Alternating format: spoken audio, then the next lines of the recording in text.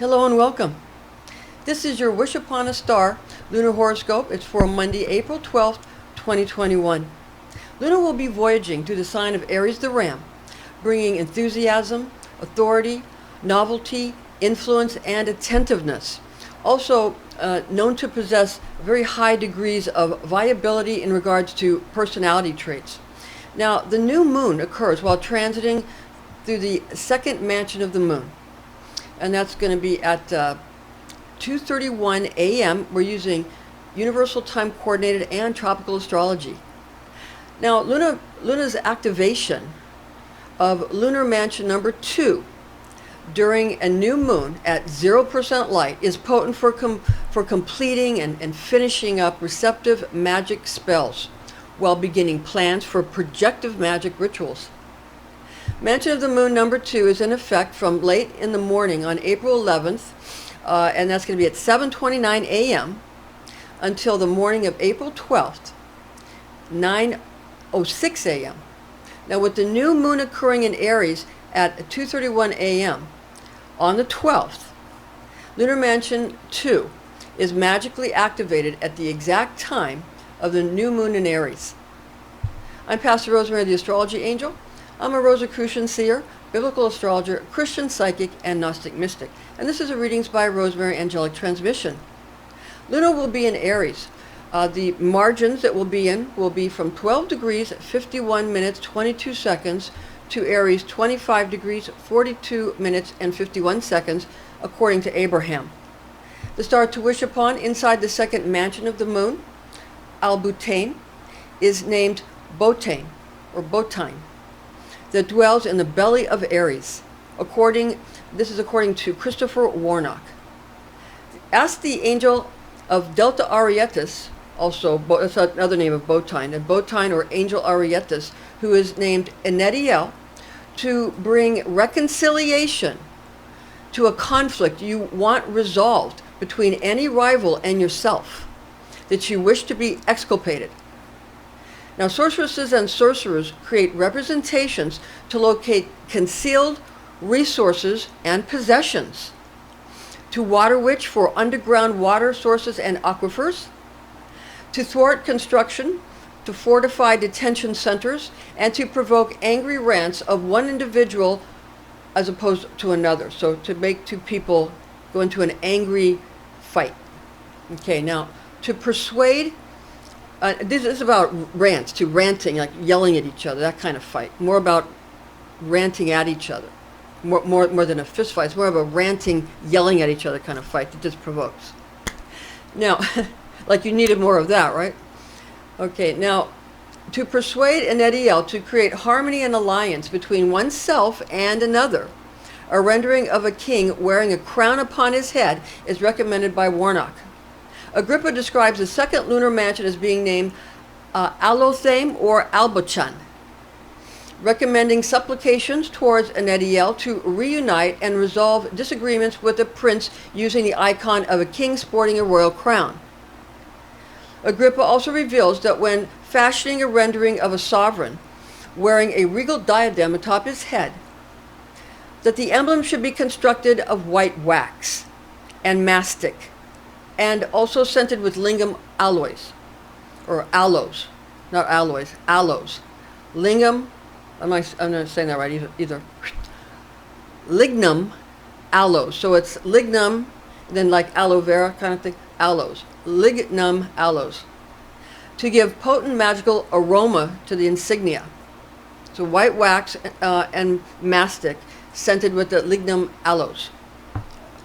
According to Kabbalistic lore, Aries is ruled by Mars, with Aries' birthstone being diamond. Rosaries and amulets using diamonds for Aries are magically potent for this praxis.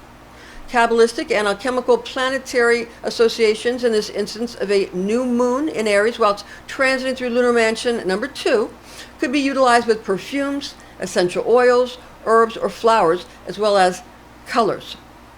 Planetary alchemical metals in this case would indicate iron from Mars. Iron is practical for this operation since the metal is not ingested, nor is it injected for this function. Regarding the Aries birthstone of diamond, This could be used for amulet talismans as well as rosary beads, or magical jewelry gemstones, and iron could also be used for fashioning an amulet base or bezel, the forming of a rosary chain, or for jewelry settings. As we have mentioned, Agrippa discloses that for Mansion of the Moon number 2, the ancients traditionally made an insignia of white wax for the purpose of rendering an icon of a king wearing a crown, as used by magicians as a magical talisman for the Mansion of the Moon, called Alothame or Albachan by Agrippa and Albutane by Warnock, for the clear intention of decreasing the anger of a prince and appeasing him. Now, white wax is not an alchemical metal, so it's obviously white wax is not an alchemical metal, and appears to be a neutral choice regarding a material to use in the forming of a magical talisman. One possible reason for the use of a neutral selection of a material is summed up when we take a close look at some of the traditional planetary associations for the star Botein, or it's also named, of course, Delta Arietis. It's important to note here that according to Vivian Irwood Robson, author of the book The Fixed Stars and Constellations in Astrology, the Greek astronomer named Ptolemy gives the precise planetary attributes to stars located in various portions of the constellation of the Ram. For the location of the Ram's head, Ptolemy attributes the stars found here to be akin to their, in their character and in their traits, to Mars and Saturn. Regarding stars finding placement in the mouth of Aries, these celestial bodies possess a quality which can be related to Mercury, and in a lesser measure, in a lesser amount, to Saturn.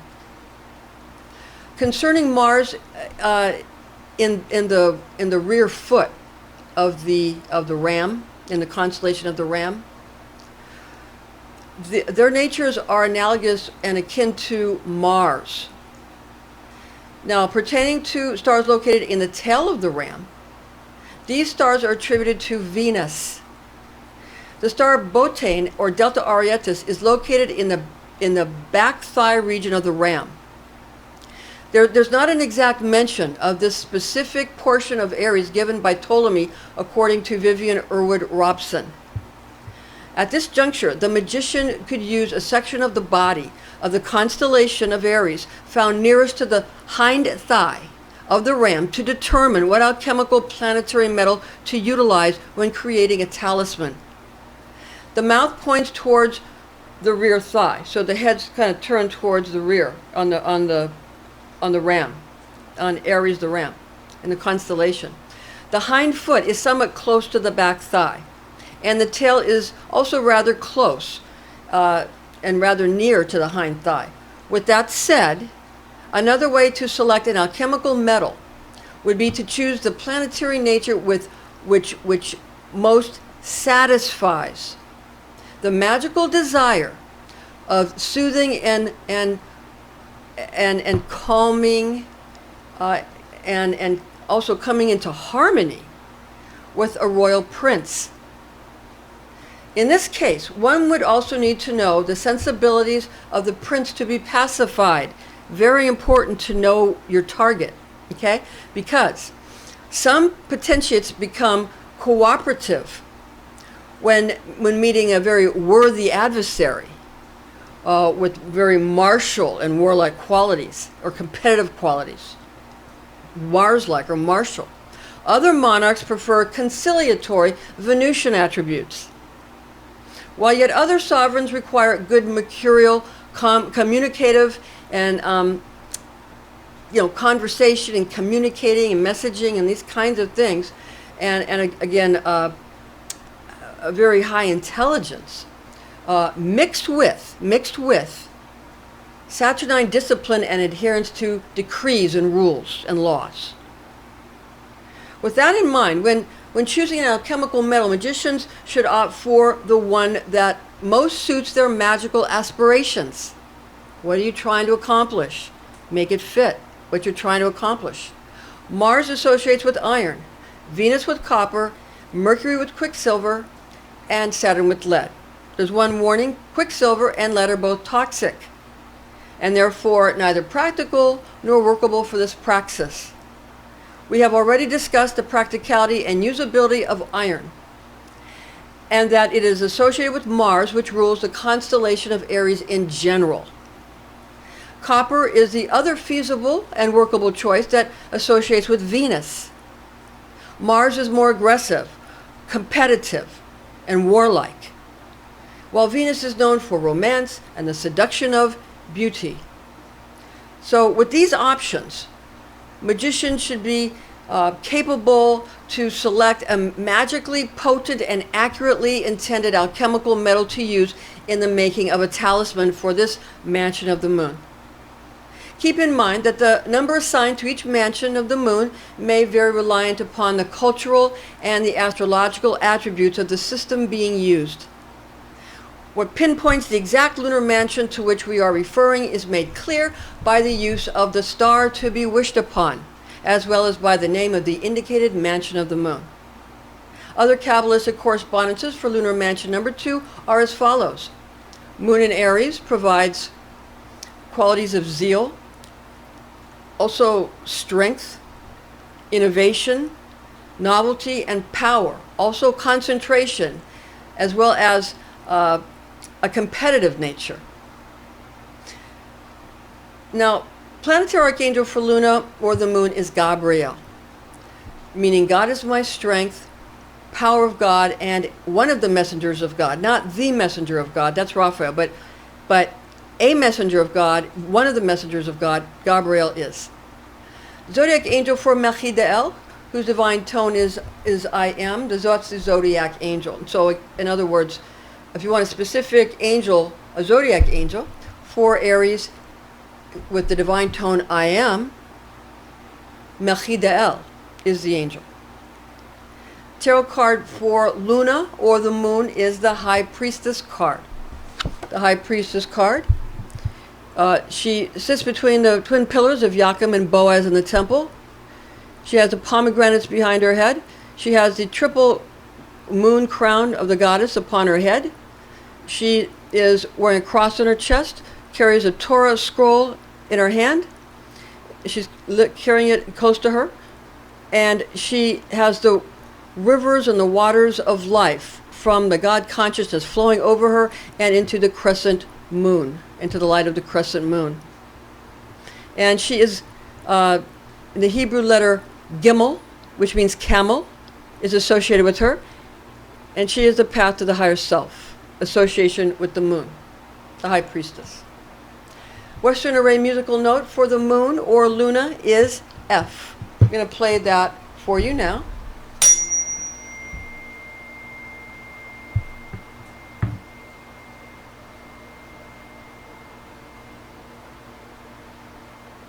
Now, the tarot card for Aries, Aries the Ram, is the Emperor. We have that Emperor for you here. And he's the Emperor. He sits on his throne, and there's a ram ran here and here and here and here. So you see he's definitely associated with Aries because of the ram. He's wearing red, which is associated with Aries. It's martial, and he holds a globe in his hand and a sort of a staff with a chemical insignia in his other hand. So these are it shows authority and manifestation. So the orb is his ability to manifest in the physical world, and the staff gives him his power, his authority.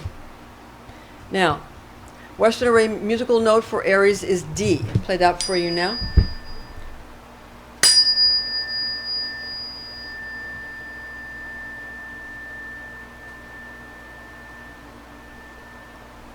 All right. Now, the information found in the document that's attached in the description box. We have our blog, which you can find all the blog where we have all the information for you, the page numbers of the books we're going to recommend in a moment, and the spelling of all these words that might be not that well known to some people. So, because they're often Latin or Arabic, some of these words, and some are Greek or Latin. Now, again, so that the information in that document that's attached, the blog in the description box, plus the what we're giving to you in this video.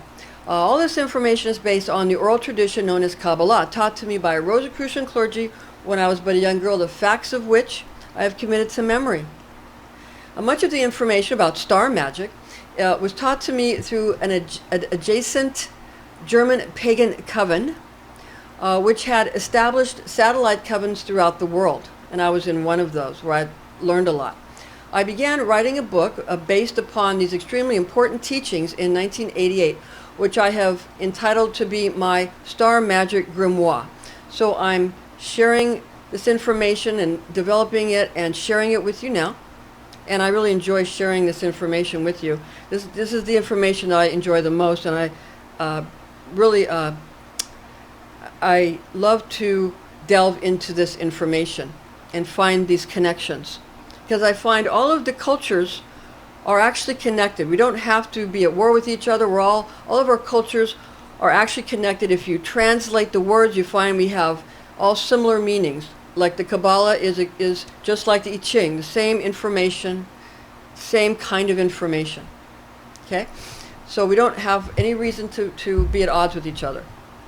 Now the first book we'd like to recommend for you for Lunar Mansions would be, the first one is Mansions of the Moon, a Lunar Zodiac for Astrology and Magic, second edition with 2019 to 2033 mansion ephemeris, written by Christopher Warnock. Illustrated by Nigel Jackson, published by Renaissance Astrology. This is all in 2019. Okay. The second book is 3 books of occult philosophy, Llewellyn's source book series, authored by Henry Cornelius Agrippa of Nettisham, 1533, translated by James Freak in 1650, edited and annotated by Donald Tyson, 1993, published in 2000 by Llewellyn Publications.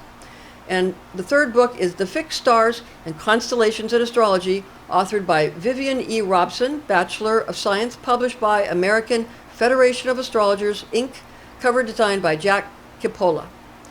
Thank you for joining us, and please join us again. We'll see you real soon.